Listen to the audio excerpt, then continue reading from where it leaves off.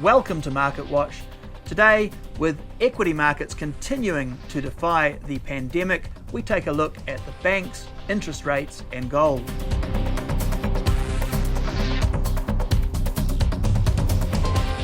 With me I have Pi Fund's CEO and founder Mike Taylor. Mike, we've seen interest rates come down a lot. It's pretty good time for mortgage holders. Are we in mortgage rate war territory?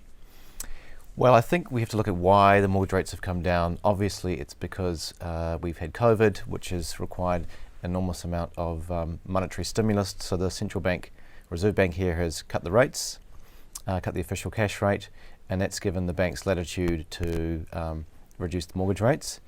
In addition, banks are actually flush with cash now. So you'll see that term deposit rates are very low, and that's allowing banks to actually say, well, we don't actually need any of this deposit money, we're going to offer you a lower rate, and so they can get a nice margin between the deposit rate and the mortgage rates. Sure. So interest rates, the Reserve Bank, central banks will bring interest rates down, but sometimes that's not been passed through well, but we have seen it pass through, and you're saying that's partly because the banks are actually taking a lot of deposits and have the cash.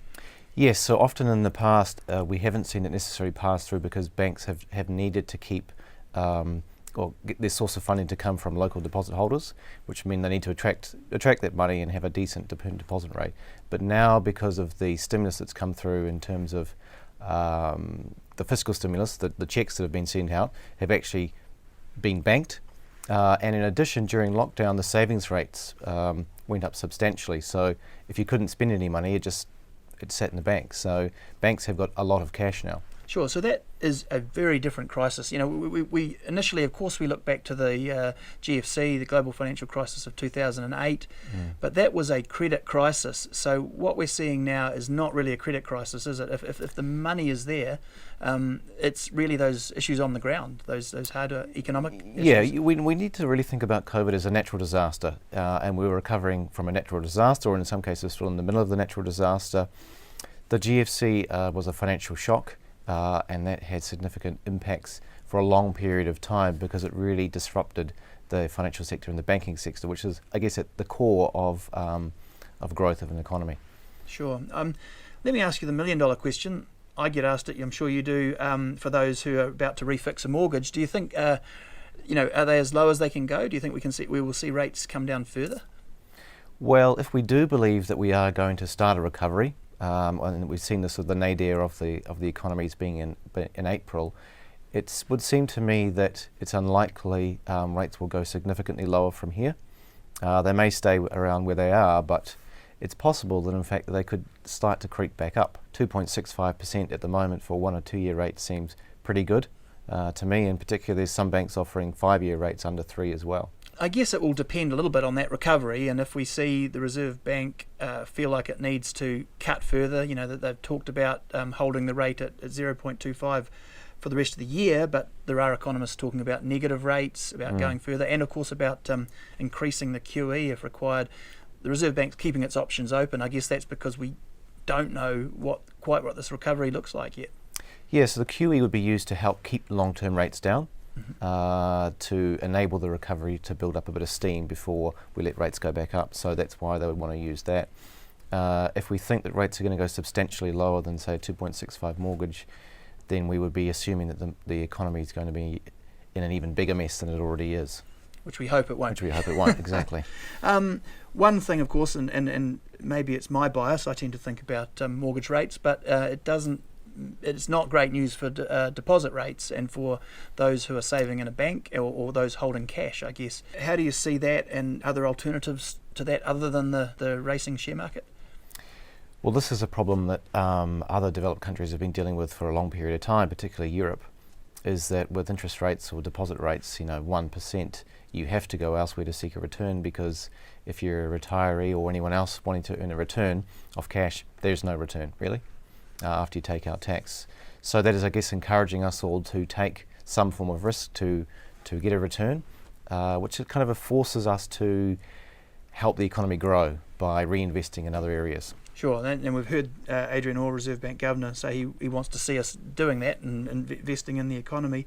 But for those, and this sort of brings us round to this discussion of gold, for those who are wanting something defensive, maybe the bank rate's too low, maybe they've already got money in the share market and wanting to diversify, is gold becoming an attractive option? We've seen that in other financial crises, that it's a defensive place that people put their money. Yeah, well, once again, gold is coming back as a bit of a safe haven asset when interest rates are where they are.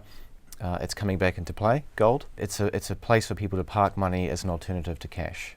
And so we've seen gold in both New Zealand dollars and US dollars go back to record highs in the last month. So when you think about gold, do you think of that as a safe investment class from your point of view? It's not as safe as cash, that's for sure. I mean, gold price is volatile. Can and be it will quite move volatile, up and down. Yeah. So we call it a safe haven. It's a place to kind of park money, but it's much more risky than cash, and it's more kind of akin to really equities.